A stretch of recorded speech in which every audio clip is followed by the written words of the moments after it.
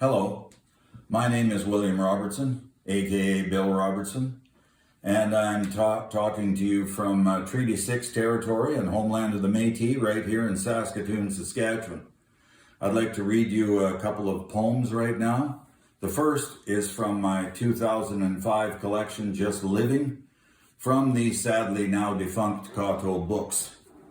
And this poem is called Savoy. She won't let me cook the cabbage I just bought at the farmer's market from the old woman who grows them specially.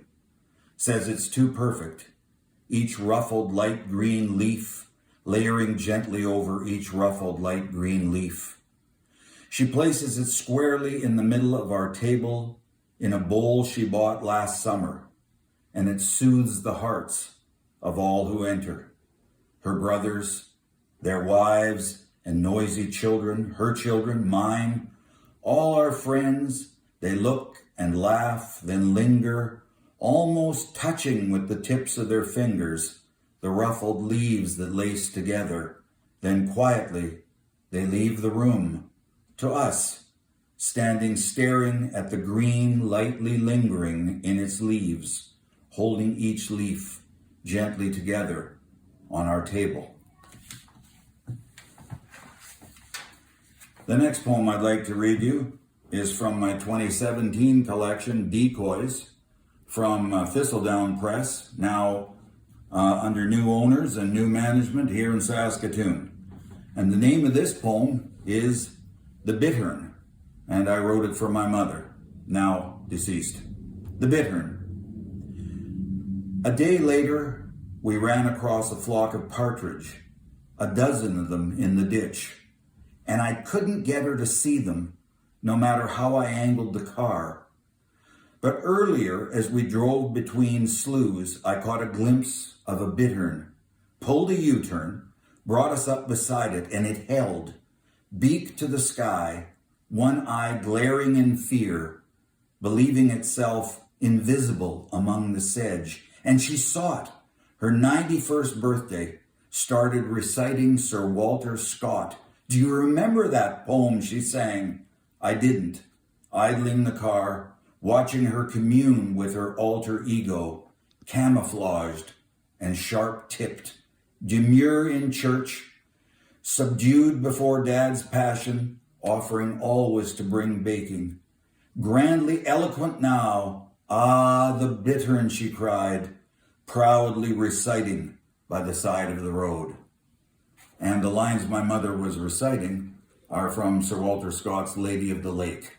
And that's enough for me. I'd just like to offer my congratulations to Turnstone Press on its 45th anniversary. Well done to a fine press. Thank you.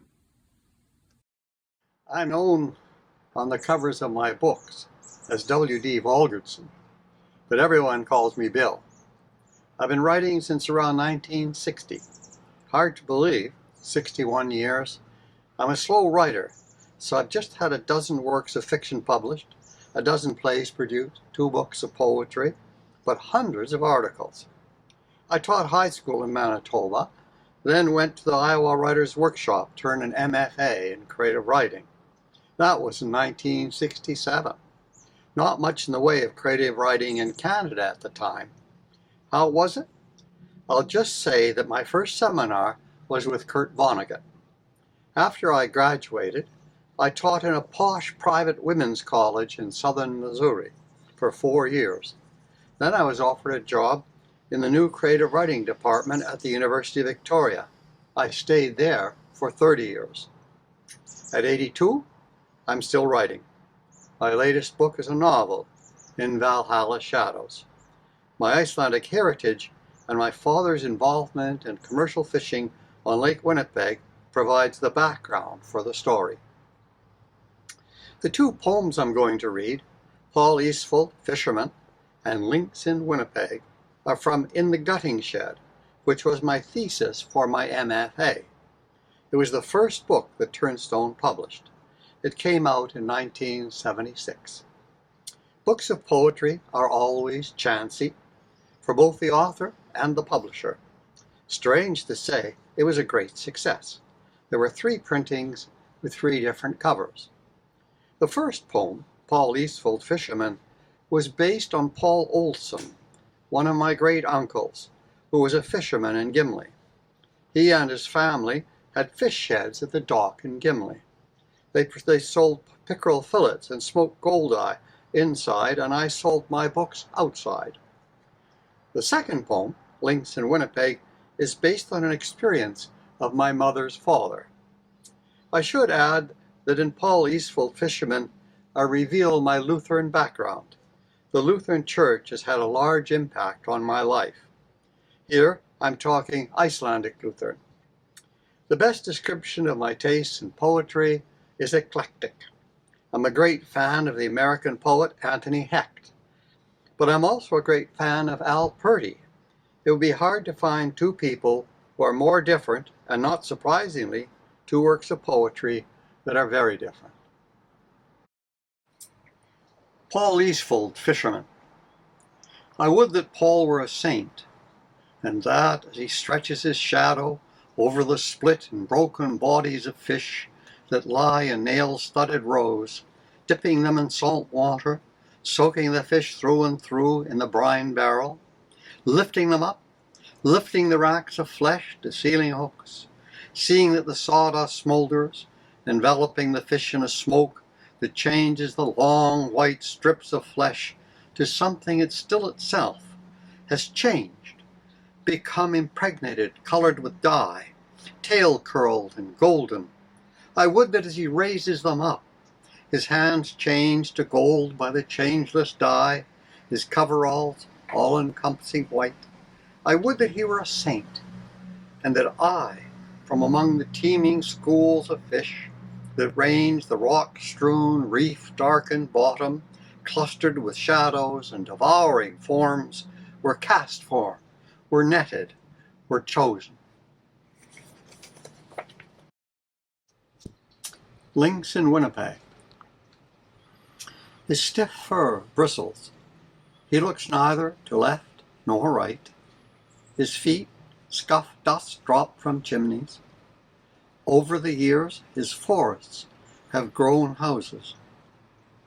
Unable to tell what is his, he has come to reclaim it, to see if boards will remember how to sprout branches.